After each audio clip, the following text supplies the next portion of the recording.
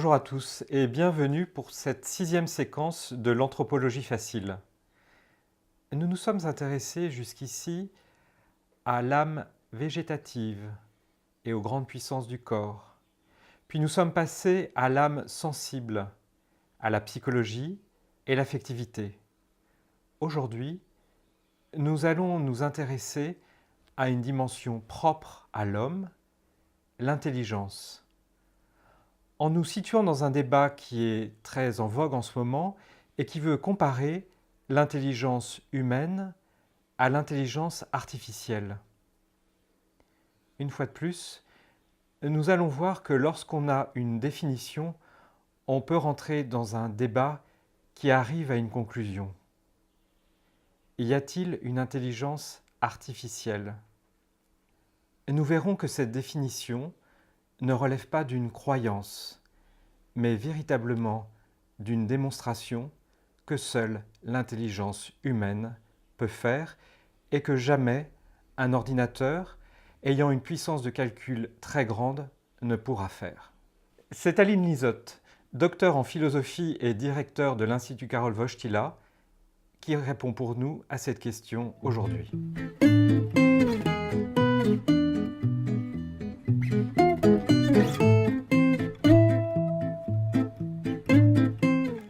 Aujourd'hui, nous devons parler de l'intelligence.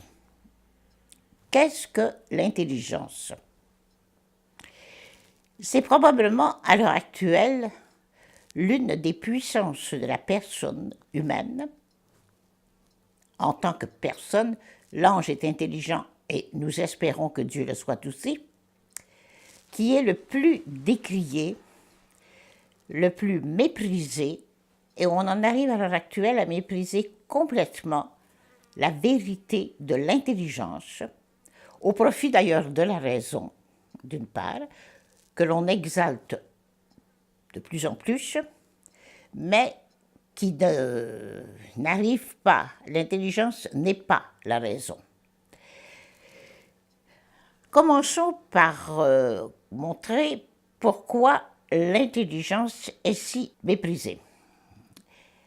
On peut faire remonter le mépris de l'intelligence à des anciens philosophes au Moyen-Âge, principalement à Duns Scott. C'est Duns Scott qui, d'une certaine manière, exalte la volonté, la liberté d'indifférence et qui méprise un peu l'intelligence. Aujourd'hui, on parle beaucoup de l'intelligence artificielle. Le terme est-il adéquat pour désigner les sortes d'actes qui sont programmés et qui sont exécutables presque sans l'intervention humaine? Que veut dire le mot intelligence artificielle? Les deux mots jurent, en fait, car l'intelligence ne peut pas être une technique. Mais avant de le dire, essayons de le faire voir. Tout d'abord, on distingue deux sortes d'intelligence artificielle, l'intelligence artificielle faible et l'intelligence artificielle forte. L'intelligence artificielle faible, nous l'avons maintenant dans tous nos smartphones. Par exemple, vous écrivez un message. Si vous avez habitué votre smartphone à un certain nombre de mots, il vous met le mot avant même que vous l'ayez écrit. Encore faut-il bien vérifier qu'il met le vrai mot. C'est une forme d'intelligence faible. Si vous avez une voiture super équipée, vous avez une intelligence, supposément, qui ralentit la voiture avant qu'elle ne frappe la voiture d'en face, qui vous dit de fermer vos portes et qui vous dit de ne pas oublier votre mobile dans la voiture. C'est une intelligence artificielle. Voilà. Et par conséquent, et ça peut aller, d'après les expériences futuristes, jusqu'à remplacer l'homme dans la plupart de ses actions, ou du moins de ses actes sur la matière. Quand on lit cette littérature, on se demande ce que deviendront les hommes, puisque tout sera fait automatiquement, non seulement aller parquer sa voiture quand on arrive dans un aéroport, mais finalement les opérations, les combats, la guerre, la guérison des maladies, le remplacement de l'ADN, bref, tout sera soumis à la technique. Et on appelle cela intelligence. En le décrivant, j'ai simplement passé de l'intelligence artificielle faible à l'intelligence artificielle forte. Est-ce que le mot intelligence convient? Et c'est ici où nous allons entrer dans une connaissance philosophique. Je dis quand même un mot ici. La connaissance philosophique n'est pas un art esthétique de l'esprit. La connaissance philosophique tente, du moins dans une perspective aristotélicienne, tente de connaître le réel et non pas simplement de connaître comment nous pensons le réel. Autre chose. Alors, essayons de cerner notre propos sur 2 ou 3 lieux fondamentaux. Le premier, c'est que l'intelligence est une puissance de connaissance. Et ici, je pense qu'il faut comprendre ce que veut dire le mot connaître. Connaître, ce n'est pas faire des liens entre des sensations, des impressions, des images ou des raisonnements. Faire des liens est en réalité un instrument de la connaissance, mais ce n'est pas la connaissance. Nous distinguons dans le mot connaître 2 formes de connaissance. La connaissance faite par l'intelligence et la connaissance faite par les sens. Et je veux commencer par la connaissance sensible, qui est une connaissance. Alors, définissons d'abord le mot connaître. Connaître veut dire devenir autre en tant qu'autre. Seule une puissance de connaissance peut devenir autre en tant qu'autre. Que veut dire ces 2 mots, autre en tant qu'autre? Tout simplement, je respire le parfum d'une fleur. Je goûte un bon vin. La science peut décomposer la saveur du vin entre ces différents éléments. Le sucré, la tenue, la teneur, le parfum. Oui, mais quand je goûte le vin, je n'analyse pas les éléments qui le composent. Je le prends comme un tout et je le savoure. Si je ne savoure pas le vin, je le bois, mais je ne prends pas du vin. Voilà. Savourer est un acte du goût. Seule une capacité de goûter peut savourer. Et savourer est un acte. Et ce n'est pas moi que je savoure le vin. De sorte qu'il y a, tout d'abord dans notre connaissance, les fondements que l'on a éliminés à partir de Descartes, c'est-à-dire ce que l'on appelle les sensibles propres. Je savoure le vin, je respire l'odeur, je vois la couleur, j'entends les sons, je touche à certains aspects de la matière, le doux, le rude, le chaud, le froid. Et ces actes de goûter, de toucher, d'entendre, de voir sont les actes de la puissance. Mais les actes de la puissance doivent avoir un objet. Et cet objet, c'est autre que la puissance. La saveur, le goût est en moi, mais c'est le vin que je goûte. Et si c'est du pinard, c'est quand même pas la même chose qu'un Château Margaux. Voilà. Enfin, du moins, je pense. Voilà. Par ailleurs, Et c'est ici où nous allons entrer au fond dans ce qu'on appelle l'intelligence artificielle. Mais n'anticipons pas. Ce que je goûte, vois, sens, entends, touche, le cerveau humain le récupère. Et très souvent, le récupère sous la forme d'une matrice. J'ai en moi un réseau de récupération neurologique qui demeure dans mon cerveau. J'en ai besoin. Par exemple, chose très simple, j'apprends une langue. Il faut que je garde en moi toutes les matrices, tous les réseaux matriciels des mots. Autrement, je ne pourrais pas m'en servir. Et par conséquent, plus j'apprends une langue, plus j'ai besoin de 3 habitudes, c'est-à-dire 3 réseaux matriciels, le fait de l'entendre, le fait de la parler et le fait de la lire. Je peux le faire, mais ici, il faut bien comprendre que si je veux dire que je suis habile dans la langue, il faut mes 3 formes d'habitude, c'est-à-dire 3 réseaux matriciels. Et tout le cerveau construit ses propres réseaux. Mais les réseaux matriciels sont les instruments par lesquels la sensibilité en nous connaît. Est-ce que je ne connais que ça? Non, car je suis capable de connaître autre chose. Mais ce que je connais en connaissant autre chose, je ne peux pas le connaître uniquement par le cerveau. Et c'est ici où on se trompe. Le cerveau n'est pas l'organe de la pensée. Et la pensée n'est pas une architecture de ce qu'on appelle des raisonnements de calcul. La pensée, c'est autre chose. C'est le fait pour l'intelligence de saisir ce que sont les choses. Ici, on entre dans un problème.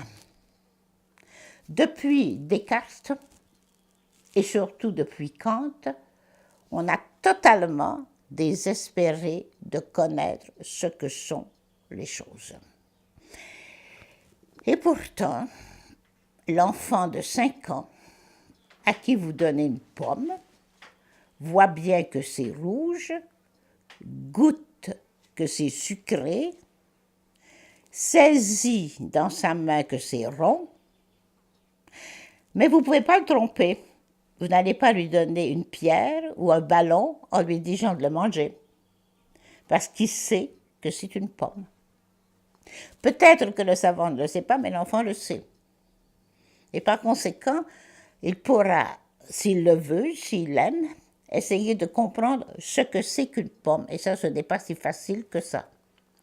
De sorte que cette faculté par laquelle nous sommes capables de percevoir, d'entendre, c'est-à-dire de percevoir, non seulement d'entendre, mais ou entendre au sens conscient du mot, c'est-à-dire de voir, j'emploierai le mot voir, ce que sont les choses, c'est ce qu'on appelle l'intelligence.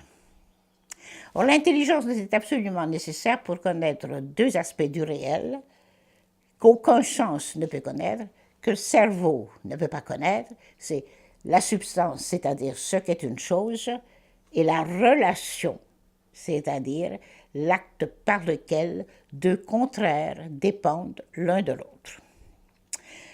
Ayant dit cela, disons aussi une deuxième chose. Puisque connaître, c'est saisir ce que sont les choses, qu'est-ce qui me permet de connaître au-delà des réseaux matriciels de la sensibilité? C'est l'intelligence. Et pourquoi l'intelligence en a-t-elle cette capacité? Parce que seule l'intelligence peut connaître 2 termes opposés dans un terme supérieur, qui les réunit tous les 2. Ici, sans être un expert, je vous parle de l'informatique. L'informatique agit par la combinaison simplement de deux nombres, 0 et 1. Elle peut faire des milliers de comparaisons, mais si on lui met un troisième terme, elle n'agit plus. Or, justement, l'intelligence ne peut pas faire seulement des énormes chaînes de combinaisons entre deux connaissances faites par les sens. Elle peut saisir un troisième terme, et ce troisième terme réunit les deux premiers. Elle peut saisir, par exemple, qu'une chose qui va de bas en haut est un mouvement. Et qu'est-ce que c'est qu'un mouvement? Ce n'est pas juste le fait de le mesurer qui m'apprend ce que c'est. Elle peut saisir la dégradation, elle peut mesurer la dégradation de la chaleur, mais qu'est-ce que la chaleur? Le physicien ne le dit pas, il le mesure. Il montre l'ordre quantitatif des choses. Il s'arrête à la quantité, mais au-delà de la quantité, il y a l'être. Et seule l'intelligence peut percevoir l'être. Et seule, dans ce sens, l'intelligence peut connaître le réel et cherche à être adéquate à ce réel. Et ceci, c'est le privilège d'une faculté qu'on appelle spirituelle. Tant qu'on reste uniquement dans les matrices du cerveau, on peut, bien entendu, les reproduire. On pourra même faire parler une machine. Mais la question est de savoir, est-ce que la machine comprendra ce qu'elle dit? C'est autre chose. L'enfant à 5 ans commence à comprendre ce qu'il dit. Il ne fait pas simplement utiliser des mots. Il perçoit une certaine vérité à travers ces mots. Il perçoit aussi qu'il peut mentir. C'est contraire. Si je peux dire la vérité, je peux mentir. Et d'une certaine manière, j'ai un peu le choix.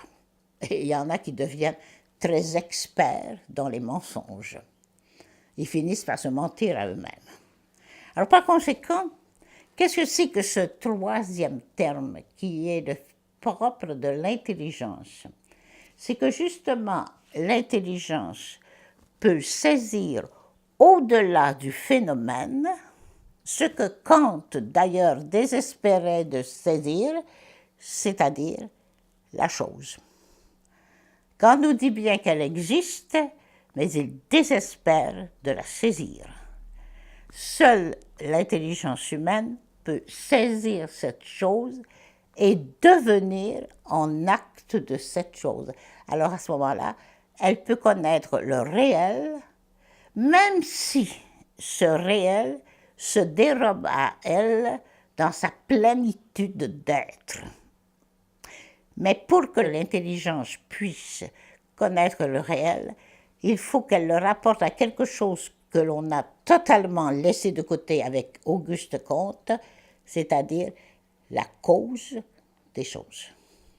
Si je ne connais pas pourquoi il y a de l'être au lieu de ne pas avoir de l'être, si je ne connais pas les composantes de l'être, la matière et la forme, je ne peux pas connaître ce que sont les choses. Or, si je ne peux pas connaître ce que sont les choses, j'ai castré, je dirais, l'intelligence de sa plus grande propriété, la contemplation de l'être.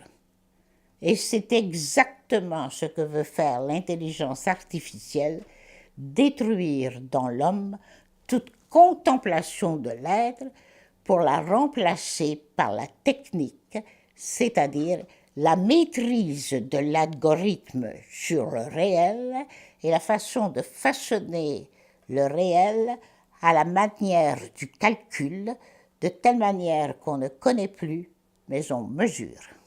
À ce moment-là, j'ai dénaturé l'intelligence. Car, à la limite, qu'est-ce que c'est que l'intelligence? On peut se demander ce que c'est que l'intelligence, après tout. Ça consiste à dire, qu'est-ce que c'est que quelqu'un qui est intelligent? Voulez-vous bien me dire? Est-ce que c'est quelqu'un qui fait avec rapidité un raisonnement en unissant les éléments de ce raisonnement. Par exemple, on sait qu'un ordinateur a battu le plus grand champion des échecs au monde. Bien sûr, il est capable de faire des relations finalement plus vite que le cerveau ne les fait. À ce moment-là, comme le jeu d'échecs consiste à faire des relations, du moins à faire des associations, à ce moment-là, il est parvenu à aller plus vite que le cerveau humain. C'est fort possible. Ça n'a rien. Mais est-ce que la machine sait qu'elle a gagné aux échecs? Est-ce qu'elle en est contente? Ça n'entre pas dans son champ d'action. Elle ne sait rien de ce qu'elle fait. Mais par ailleurs, le champion sait qu'il est battu. Il le sait. L'autre ne le sait pas. Alors par conséquent, j'en allais essayer de vous dire ce qu'est l'intelligence, et je terminerai par cela. La véritable nature de l'intelligence, c'est d'être un appétit de vérité. Et ici, je me trouve devant quelqu'un qui va dire, mais la vérité, ça n'existe pas. Et pourquoi? Parce que chacun pense que ce qu'il pense, c'est ça qui est vrai. Ça se peut que chacun pense que ce qu'il pense, c'est ça qui est vrai, mais le vrai n'est pas l'adéquation de la pensée avec soi-même, le vrai, c'est l'adéquation de l'intelligence avec l'être. Et pour ça, il faut bien penser que l'être existe. Et penser que l'être existe, c'est au fond le premier acte profond de l'intelligence. À ce moment-là, je peux avoir une certaine conscience de l'intelligence. Je peux avoir la conscience que je sais ou ne sais pas. Et faire la distinction entre je sais que je sais ou je sais que je ne sais pas, c'est au fond la marque aussi de l'intelligence. C'est avoir conscience de quelque chose de très important. Nous ne savons pas tout. Nous sommes en marche vers la vérité. Nous voulons cette vérité, nous voulons la contempler. Et c'est le mot de Socrate, la seule chose que je sais, c'est que je ne sais pas. C'est pas que Socrate prône la métaphysique de l'ignorance, c'est qu'il sait que devant le mystère de l'être, il est encore comme un petit enfant qui s'émerveille et veut le savoir. On nous dit que la machine pourrait peut-être arriver à une conscience d'elle-même. Méditons sur ce point.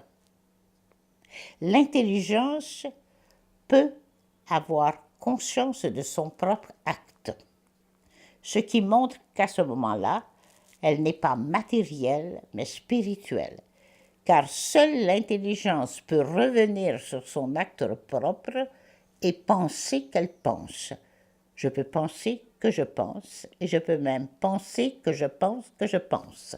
Et je peux faire ça à l'infini.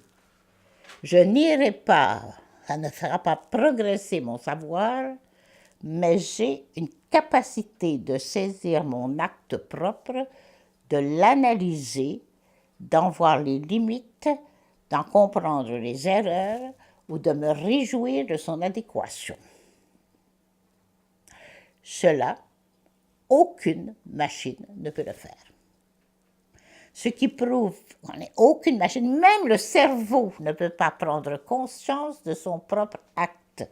Je ne peux pas voir que je vois. Je ne peux pas goûter que je goûte.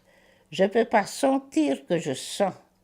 Mais avec mon intelligence, je peux comprendre que je goûte, je peux comprendre que je vois, je peux comprendre que je sens.